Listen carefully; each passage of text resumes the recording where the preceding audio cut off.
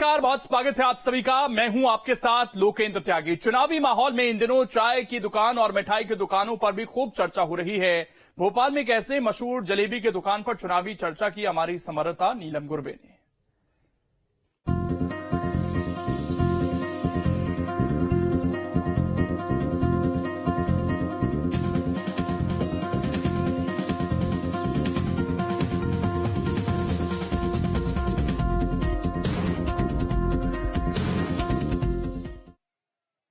नमस्कार, मैं हूं नीलम गुरवे और न्यूज स्टेट एमपीसीजी की खास पेशकश जायका इलेक्शन में आप सभी का स्वागत है।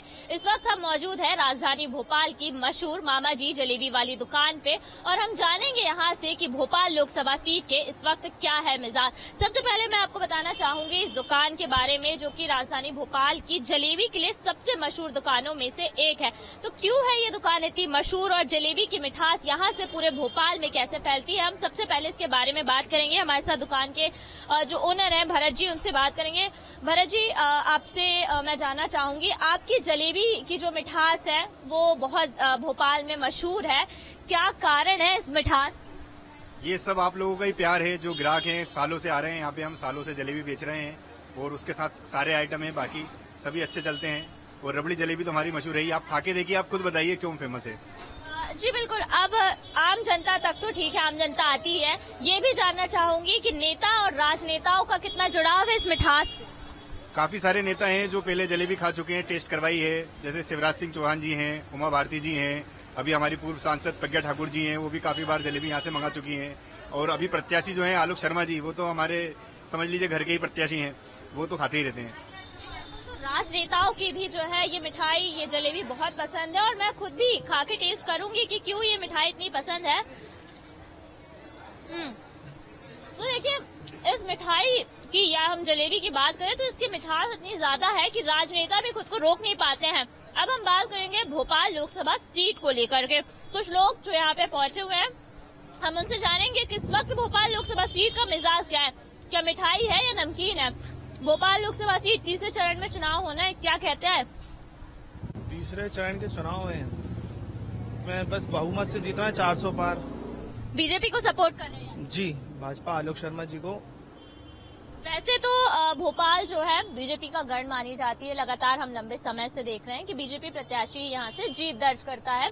इस बार के चुनाव में क्या लगता है आपको? इस बार भी बीजेपी ही आनी है, क्योंकि जो कैंडिडेट उन्होंने खड़ा किया है वो भोपाल के चहीते हैं, भोपाल से बहुत पुराने जुड़े हुए हैं, बिल्कुल जमीनी कार्यकर्ता के रूप में उन्होंने अपना बेदखली का दौर चालू किया था और आज वो इतने बड़े लेवल पे हैं। तो जहां तक मुझे उम्मीद है कि वो ही जीतेंगे। बिल्कुल।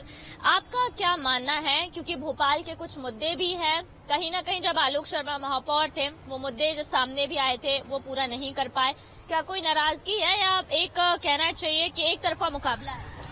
कोई नाराजगी नहीं है, वो तो आलोक शर्मा जी जीते जिताए प्रत्याशी है, इसमें कोई बोलने वाली बात ही नहीं है। कांग्रेस के प्रत्याशी कोई जानता ही नहीं है कौन नहीं है, कहाँ से आए हैं, किसी को कोई मालूम नहीं है उसके बारे में। देखिए, कांग्रेस से हम बात करें तो अरुण श्रीवास्तव को कांग्रेस पार्टी ने मौका दिया है। अरुण श्रीवास्तव जी कांग्रेस से खड़े हैं, आलोक शर्मा जी महापौर भी रह चुके हैं, बीजेपी प्रत्याशी है। किस तरह का चुनाव देख रहे हैं सर आप, और क्या क्या ऐसे मुद्दे लगते हैं जो उठाए जाने चाहिए भोपाल लोकसभा सीट से? भोपाल लोकसभा सीट से आलोक शर्मा जी को कोई रोक नहीं सकता। पुराने कार्यकर्ता हैं, जमीनी कार्यकर्ता हैं। जिस वार्ड पे मैं खड़ा हूँ इसी वार्ड पे वो पार्षद रहे हैं, उनका काम देखा गया है। वो वही पहला व्यक्ति था जिन्होंने म्यूजिकल टॉयलेट्स और टाइल्स लगवा दिए और रोडों को ऐसा बनवा दिया कि आज मोदी जी को भी मालूम है कि आलोक शर्मा जी जैसा तो मैं तो नहीं समझता कि वो लोकसभा प्रत्याशी मिलेगा। बिल्कुल। तो देखिए, जनता आलोक शर्मा को जानती है, महापौर रह चुके हैं, शायद इस वजह से उन्हें इस बात का फायदा मिलेगा। पर हम बात करें मुद्दों की तो ऐसा नहीं है कि शहर में सब कुछ बहुत अच्छा है। लगातार बीजेपी का गढ़ रही है। पूर्व सांसद जो है शादी प्रज्ञा, मतलब अब कुछ समय बाद वो पूर्व हो जाएंगी, कहीं ना कहीं उन्हें लेकर तो नाराजगी थी ही जनता में। देखिए क्या है, आप खड़े हैं अभी पुराने भोपाल में। पुराने भोपाल का बुनियादी समस्या और बुनियादी मुद्दा है अतिक्रमण और पार्किंग, क्योंकि इस बार जो प्रत्याशी भारतीय जनता पार्टी ने उतारा है वो इस क्षेत्र से ही आता है और यहीं की गलियों में खेल कूद के बड़ा हुआ है, सब उनको जानते हैं। तो हम लोगों के जो मुख्य मुद्दे हैं पार्किंग, अतिक्रमण को, इस समस्या से वो भली भांति अवगत हैं। तो इस बार इन मुद्दों को वो हम सबके बीच में लेकर आएंगे और उस समस्या का निराकरण करेंगे और हमें पूर्ण यकीन है कि वो अच्छे मार्जिन से जीतकर लोकसभा में जाकर भोपाल का ईमानदारी से प्रतिनिधित्व करेंगे। अरुण श्रीवास्तव को लेकर के क्या माहौल नजर आ रहा है? एक्चुअल में क्या है कि हम उनको आज से पहले कभी जानते नहीं थे, कहाँ से आए हैं कहाँ से नहीं आए हमको ये पता ही नहीं है। एक्चुअल में वो वेल नोन पर्सनालिटी भोपाल की नहीं है। इसके पहले उन्होंने क्या राजनीतिक क्या पद पे रहे, क्या उन्होंने समाज के लिए काम करा, मतलब कोई भी उनके बारे में हमको जानकारी नहीं है। बिल्कुल, तो देखिए अरुण श्रीवास्तव के लिए शायद ये चुनाव थोड़ा सा मुश्किल रहेगा क्योंकि लोगों को उनके बारे में ज्यादा जानकारी नहीं है। कुछ और लोग हैं, हम उनसे जानने की भी कोशिश करेंगे कि उनका क्या मत है, खासतौर पर भोपाली मुद्दों को लेकर के। भैया, हाँ, भोपाल लोकसभा सीट की हम यहाँ पर चर्चा कर रहे हैं। आप लोग थोड़ा अपनी तरफ से जानकारी देना चाहेंगे, क्या लगता है भोपाल की जनता से जुड़े कौन से मुद्दे होने चाहिए? हम सभी लोग बाहर के हैं तो यहाँ के जो मुद्दे हैं वो लोकलाइट से पूछें तो आप ठीक रहेगा। अच्छा, तो देखिए भोपाल में कुछ लोग बाहर से भी आए हैं तो इसलिए वो यहाँ की ज्यादा जानकारी नहीं दे पाएंगे, पर हम व्यापारियों से भी जो है बात करेंगे क्योंकि व्यापारियों को लेकर के पुराने भोपाल में कई तरह के मुद्दे होते हैं। सर, मैं देख पा रही हूँ अभी आप भले ही व्यस्त हैं, पर हम यहाँ पे जानना चाह रहे हैं कि भोपाल के क्या मुद्दे ऐसे हैं जो चुनाव में उठाए जाने चाहिए, क्योंकि प्रत्याशी को तो सभी जानते हैं, एक तरफा मुकाबला भी नजर आ रहा, पर मुद्दों की बात करें तो कौन से मुद्दे हो सकते हैं? सब मुद्दे क्या दीदी, आज के रोड मोड सड़क मड़क देखो, हालत लाली देखिए आप, चौक पड़ी हुई है पूरी, कोई सुनने को तैयार ही नहीं है। अब बताओ, अब हम कैसे वोट दें फिर, किसको वोट दें फिर बताइए आप। अब कई समस्याएं हैं, क्या बताएं आपको, पार्किंग नहीं है यहाँ तो, एक तो पहली बात पब्लिक परेशान है, लेडीजों के लिए बाथरूम की व्यवस्था नहीं है, वो परेशानी है, कोई सुनने तैयार ही नहीं है, क्या करो बताओ। आलोक शर्मा महापौर रह चुके हैं, अरुण श्रीवास्तव नए चेहरे हैं, दोनों के बीच में किस तरह का मुकाबला देखते हैं? नहीं बेटा, आलोक की छवि तो बहुत अच्छी है, काफी अच्छी है, बहुत अच्छे जानते हैं हम तो उनके संपर्क में हैं, पर ये की समस्या है ये। जी, हाँ जी, समस्या क्या जी, समस्या खत्म नहीं हो रही है। समस्या मैं बता रहा हूँ कितनी बड़ी पार्किंग की है, अभी लेडीज आई उनके बाथरूम जाना है, कहाँ जाए। तो देखिए भोपाल के अगर बाजार की देखें तो कुछ और समस्याएं भी हैं। भैया, आपसे भी जानना चाहूंगी कि कौन से मुद्दे आपको लगता है भोपाल लोकसभा सीट से उठाए जाने चाहिए, भले ही यहाँ पे मुकाबला कहीं न कहीं एक तरफा नजर आ रहा हो? देखिए, एक तरफा है मानते हैं, लेकिन प्रत्याशी भी उस लायक है। आलोक शर्मा जी जो हैं वो रखते हैं ऐसा, उनका व्यक्तित्व ऐसा है कि वो एक तरफा जीत सकते हैं और जीतेंगे। कुछ समस्याएं अगर हम भोपाल लोकल की बात करते हैं, देखिए यहाँ के 30 साल हो गए हैं, विधायक रहे हैं कांग्रेस के प्रत्याशी, ठीक है, उन्होंने कोई विकास के कार्य किए ही नहीं अभी तक। समस्या ऐसा नहीं है कि सरकार यदि बीजेपी की है तो बीजेपी ही करेगी, लोकल विधायक का भी कर्तव्य बनता है कुछ। उन्होंने यहाँ पे पार्किंग की व्यवस्था नहीं करवाई है, ठीक है। अच्छा, अभी थोड़े समय पहले जो शीश महल है मोती मस्जिद पे आपने देखा होगा, वहाँ पे अपने बीजेपी के प्रत्याशी, बीजेपी की महापौर, चुनाव के पहले उन्होंने एक पूरा वो बनाया था कि उस जगह को तोड़कर पार्किंग की व्यवस्था की जाएगी। आज की डेट में आप वहाँ पे है ना जाके पूरा वीडियो लगी है, पूरा टोटल अंदर है ना दुकानें खोल दी गई है अचानक, अप्रत्यक्ष रूप से, किसी को पता ही नहीं है, किसी को पता ही नहीं चले, ऐसे अंदर पूरा मार्केट बना दिया है टोटल नॉनवेज का। अब कौन है बंदे, कहाँ से आए हैं, उनके पास आधार कार्ड भी है या नहीं है ये नहीं पता। हो सकता है वो बांग्लादेशी हो सकता है रोहिंग्या हो, किसी को कुछ पता नहीं है। कार्रवाई अब कौन उनको सपोर्ट कर रहा है, सबसे बड़ी बात ये। तो भोपाल जो भी सांसद बनेगा उनके पास ये मुद्दे होने चाहिए, आपको लगता है? बिल्कुल ये रहेंगे उनके साथ, उनके पास मुद्दे ये रहेंगे, वो जांच करवाएंगे कौन है, कहाँ से आया है, एकदम अंदर दुकानें कैसे खुल गई हैं, 3 एकड़ का एरिया है, अंदर इतनी ज्यादा दुकानें अपने आप एकदम 2 महीने में कैसे खुल गई हैं, ये मुद्दे रहेंगे, हम बताएंगे उनको ये मुद्दे। जी बिल्कुल, तो देखिए लोकसभा सीट में भोपाल की अगर हम शहर की बात करें, लोग सड़कों को लेकर के बात करते हैं, कई जगह ऐसा हो गया है कि नई कॉलोनीज में पानी नहीं आ रहा है। प्रत्याशी भले की जाना पहचाना हो, पर कितनी चुनौती मानते हैं? नहीं, चुनौती तो है ना, क्योंकि बहुत कुछ परेशानी है जो हम लोगों को यहाँ देखते हैं, तो वो तो फिर सब बताएंगे उनको, उसके बाद में फिर जो भी वो हमारी समस्या का हल निकाले। क्या क्या परेशानियां हैं मुख्य तौर पे? परेशानियां तो जैसे नालियों की रहती है, साफ सफाई वगैरह रहती है, वो भी समय समय पे नहीं हो पाती। उसके बारे में उनसे बात करेंगे हम लोग, उसके बारे में बात करेंगे। और क्या पूछना पूरा?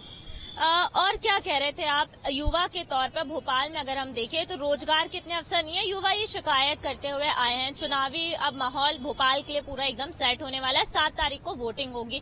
युवा के तौर पर किस तरह से मानते हैं कि कौन कौन से मुद्दे उठने चाहिए? युवा के तौर पे मुद्दे यही उठना चाहिए कि अपन जैसे चुनाव पे अपन वोटिंग वगैरह दे रहे हैं, तो उसके जो यहाँ के जो काम वगैरह है वो पूरे टाइम पे हो जाए तो वो ज्यादा बेटर रहेगा। अब जैसे नाली की देखिए आप कितनी गंदगी हो रही है, यहाँ पर हर जगह गंदगी पड़ी रहती है। अब यहाँ पर कस्टमर नहीं बैठ पाता। अब कस्टमर बैठेगा कैसे? या तो बदबू इतनी आएगी तो कैसे बैठ पाएगा?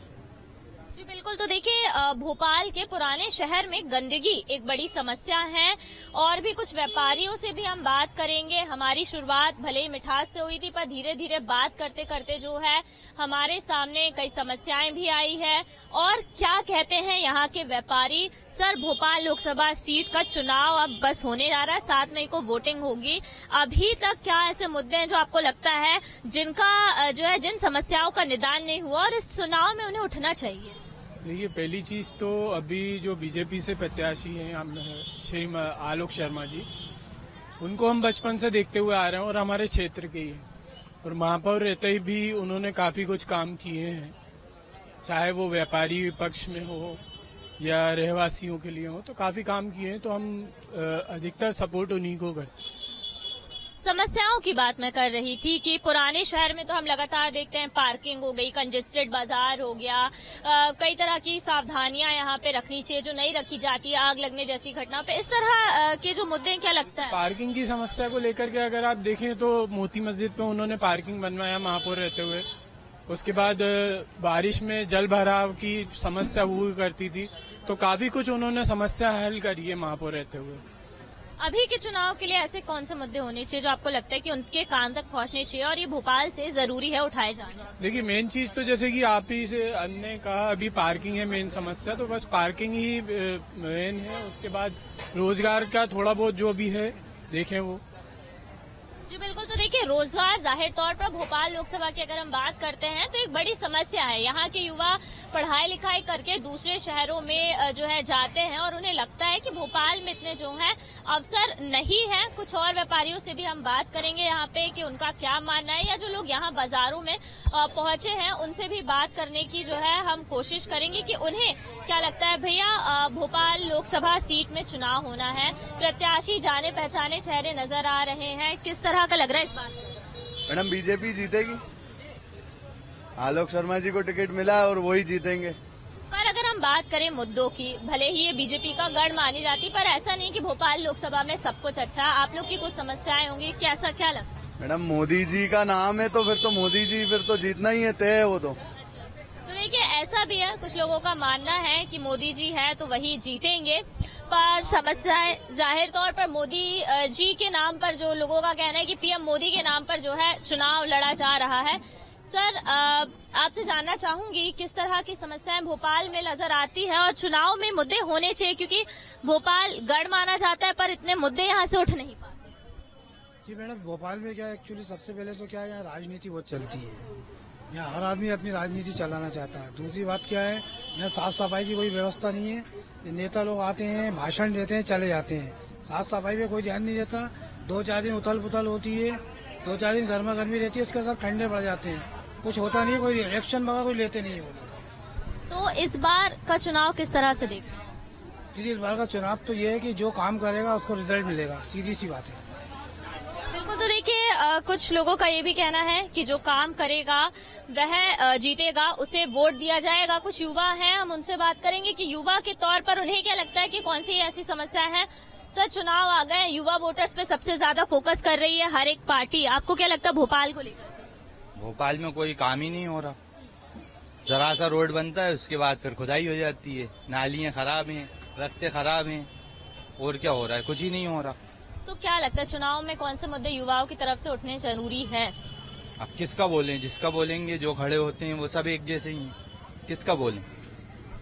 आपका क्या मानना, आपको क्या लगता है? मेरा मानना ये है कि अगर 80% प्रशासन की गलती है तो 20% 10% मान लो आप, 20% हम लोगों की भी है।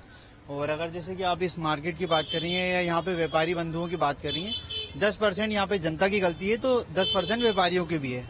अगर हम लोग जैसे क्लीनिंग की बात हो या किसी भी चीज की बात हो, यहाँ पे अगर 10% जनता सहयोग करे और 10% व्यापारी बंधु सहयोग करे तो हम लोग अपना शहर को साफ सुथरा रख सकते हैं। और रही बात विकास की, हाँ, तो जैसे कि मेरे फ्रेंड ने बोला कि यहाँ पे विकास ऐसा होता है कि पहले रोड बनती है, फिर याद आता है अरे पाइपलाइन तो रह ही गई, फिर जब पाइपलाइन डाल देते हैं वो बोलते हैं अरे इसके अंदर वायर भी डालना, तो फिर से खोदो। तो यही चल रहा है, तो समझ में नहीं आ रहा है कैसा विकास हो रहा है। और उसके बाद अगर सरकार युवाओं से, मतलब इस बार युवाओं को ज्यादा टारगेट किया जा रहा है। 83% देश में बेरोजगारी हो गई है इस टाइम पे, डेट टाइम। और गवर्नमेंट जॉब्स में क्या होता है, पहले 3-3, 4-4 साल युवा उसकी तैयारियां करते हैं। तैयारी करने के बाद होता क्या है, एंड मौके पर या तो वो पेपर लीक हो जाता है या तो रिजल्ट पेंडिंग हो जाते हैं और सरकार के कोई काम नहीं रुकते और जनता के काम के लिए आचार संहिता लग जाती है। तो ये भी चीजें हैं देखने लायक। अगर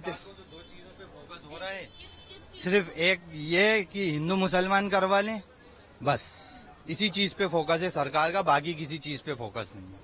आपको क्या लगता है कि किस चीज पे फोकस होना चाहिए सरकार को? भाई हम भी, हमारा भी टैक्स जा रहा है, सब कुछ जा रहा है, पैसा लग रहा है, तो हमारे जैसा काम होना चाहिए। हम अशोक गार्डन से, हमारे इधर विकास कुछ भी नहीं है, सब गंदगी मची हुई है, रोड पे पानी, मच्छर हो रहे हैं, बीमार हो रहे हैं, सभी हो रहे हैं ना उसमें। अब वो सब चीजें सही होना चाहिए ना, मगर सरकार को वो चीजें दिख ही नहीं रही। आप किसी का नहीं जाओ तो किसका नहीं जाओ, वो कहते हैं कि हो जाएगा काम। अब त्योहारों पे सफाई करवाने, त्योहारों पे सफाई के लिए जाओ तो हो जाएगा काम, मगर होता कुछ नहीं है। तो देखिए युवाओं में कहीं ना कहीं एक नाराजगी है, और जैसे कि आप बोल रहे थे कि रोजगार, भोपाल में हम बात करें इतना रोजगार युवाओं के लिए नजर नहीं आता। हाँ, उसके एक रीजन ये है, पहली चीज तो ये है कि गवर्नमेंट जो बहुत सी इंडस्ट्रीज जो हमारे भोपाल में आ सकती हैं, यहाँ स्पेस है, यहाँ गवर्नमेंट के पास इतनी जगह है, रेलवे के पास इतनी जगह है और वक्फ बोर्ड के पास भी बहुत जगह है। अगर गवर्नमेंट लीज पे लेना चाहे तो इनसे लेकर बहुत सी इंडस्ट्रीज यहाँ पे ला सकती है, पर गवर्नमेंट इसके लिए कोई प्रयास नहीं करती है। और मैं अपने माननीय मुख्यमंत्री जी से आवेदन करता हूँ कि यहाँ पे ज्यादा से ज्यादा इंडस्ट्रीज लाएं।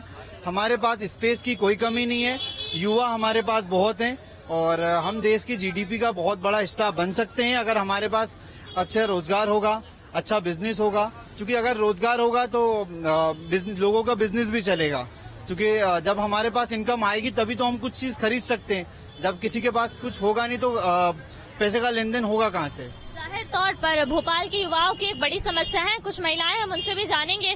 दीदी, युवाओं की, महिलाओं की जो है हर पार्टी बात कर रही है, इलेक्शन है भोपाल में, ऐसा क्या लगता है कि महिलाओं के नाते उन मुद्दों को उठना जरूरी है? बीजेपी ने भोपाल के लिए फिलहाल काफी कुछ करा है, एमपी के लिए है या सबदुर के लिए, तो बीजेपी ने काफी, मोदी जी ने काफी सपोर्ट करा है अपना एमपी में, लेडीजों को लेकर भी काफी कुछ बोला है, सपोर्ट किया गया है। भोपाल का चुनाव किस तरह से देख रही हैं आप? मतलब अच्छे उस पे हो रहा है, तो सब बीजेपी, देखा जाए तो बीजेपी ही है पूरी मेन उस पे करने वाली, और देखा जाए तो बहुत चीजें अभी नीचे से ऊपर तक लेवल काफी बीजेपी ही ले गई है पूरा। तो भोपाल से आपको लगता है सब बढ़िया है, यहाँ से कोई मुद्दे होने चाहिए?